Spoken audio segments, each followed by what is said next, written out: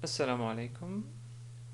Après 7 leçons déjà vues dans le cadre de ce cours, je pense que le moment est venu, tel que certains me l'ont proposé, de faire une petite pause et de réviser ce que nous avons déjà vu, et ça n'empêche pas que je vais rajouter quelques petits compliments.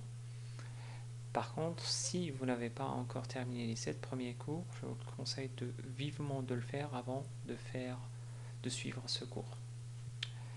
Bien, la première chose que nous avons vue dans ces cours est que l'arabe s'écrit et se lit de droite à gauche contrairement au français.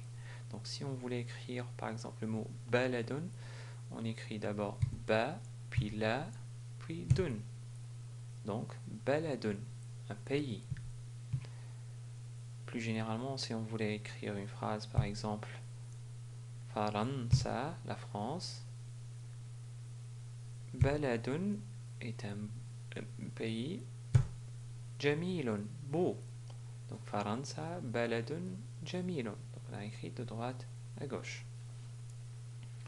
Deuxième chose est que l'alphabet arabe est composé de 28 lettres, dont certaines, nous les avons déjà évoquées, à savoir la lettre ba, la lettre ta, la lettre tha, la lettre noun, la lettre ya, la lettre dal, la lettre dhal, ce qui nous donne 7 lettres de l'alphabet arabe, c'est-à-dire 25% ou un quart des lettres arabes déjà maîtrisées.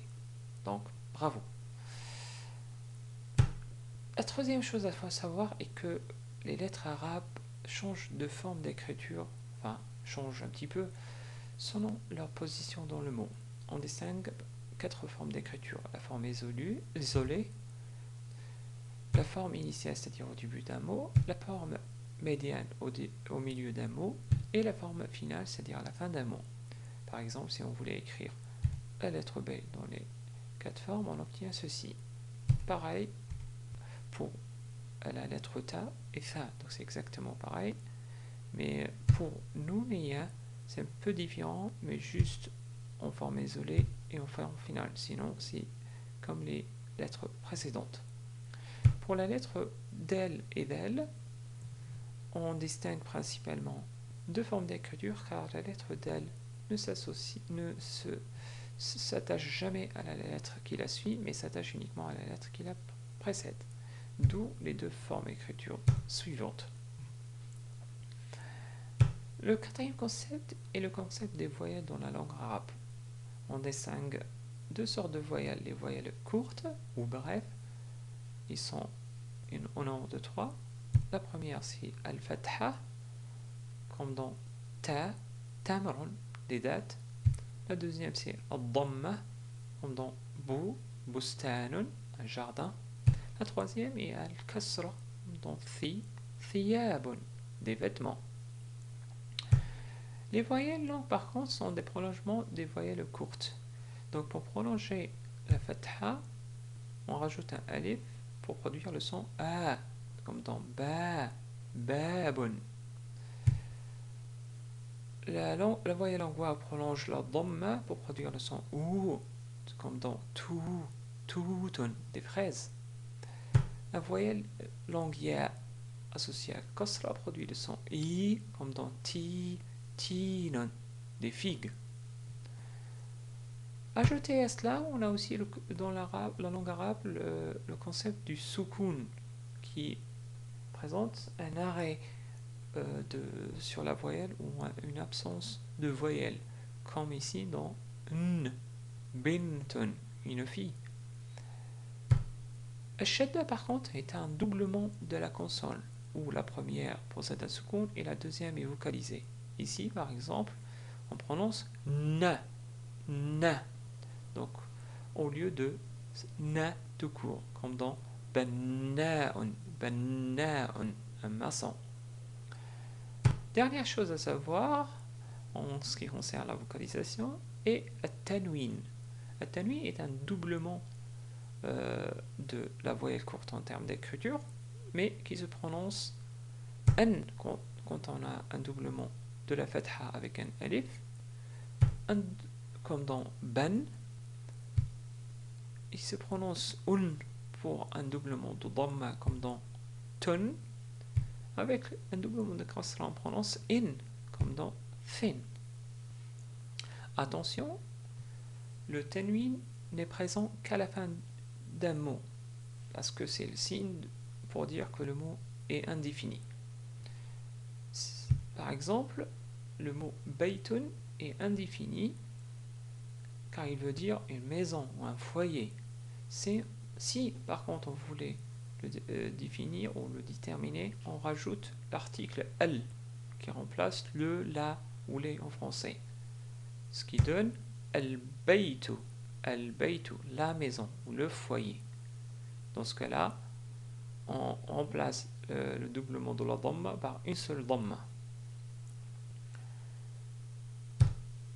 Bien. Avant de terminer cette révision, je voulais attirer votre attention sur deux notions complémentaires. Certes, ces notions ne sont pas destinées normalement à des débutants, mais je trouve qu'ils sont intéressants et qu'on peut les aborder brièvement sans rentrer dans les détails. La première notion est la manière de prononcer un mot quand on s'arrête sur ce mot dans une phrase. Alors, une des règles simples et pratiques est la façon de s'arrêter sur un mot qui se termine par une tanwin, et aujourd'hui nous allons voir l'arrêt sur un tanwin avec un doublement de dhamma. Par exemple, ce mot ici se prononce baytun, mais on peut le prononcer d'une manière simple en disant bayt. Donc on n'écrit pas comme ça, mais on dit bayt. Donc c'est juste pour marquer qu'on prononce de cette façon-là. Plus généralement, si on écrit une phrase, hada, ceci, baytun, une maison, jadidun, nouvelle. Donc hada baytun jadidun, ceci est une belle maison. Si on s'arrête sur la phrase, on dit hada baytun jadid et non pas jadidun. Par contre, si je voulais m'arrêter sur baytun, je dis hada bayt et non pas hada baytun. Si je voulais continuer, je dis hada baytun jadid et non pas hada bayt jadid. Bon, certains dans l'arabe courante, on prononce quand même hada bayt jadid, mais c'est pas correct. Normalement, on dit hada baytun jadid ou hada baytun jadid. Voilà, j'espère que c'est clair. Je donnerai quand même quelques autres exemples. Donc si je prononce les mots suivants de cette façon-là, ne soyez pas étonnés. Bayt, tout, balet. Deuxième notion complémentaire est la notion de la ta marbuta. Nous avons déjà vu le mot bidratun. Ce qui est étonnant, c'est qu'on ne l'a pas écrit de cette manière-là. En fait, là, la ta est un peu particulière. Parce qu'en fait, la ta, ici, si on veut s'arrêter sur la ta, on va dire bidra et non pas bidrat. Donc, cette écriture est fausse parce que ici il s'agit de ta marbuta qui, si on veut s'arrêter sur cette ta marbuta, on prononce bidra au lieu de bidratun ou bidrat. Bidrat, alors là, vraiment, c'est pas correct. Bidratun à la limite, mais si on voulait appliquer les règles de l'arrêt sur un mot dans la langue arabe, alors ce sera bidra. En termes d'écriture, on a deux formes d'écriture, la forme isolée ou non attachée qui s'écrit de cette manière-là, ou la forme attachée qui s'écrit de cette manière-là.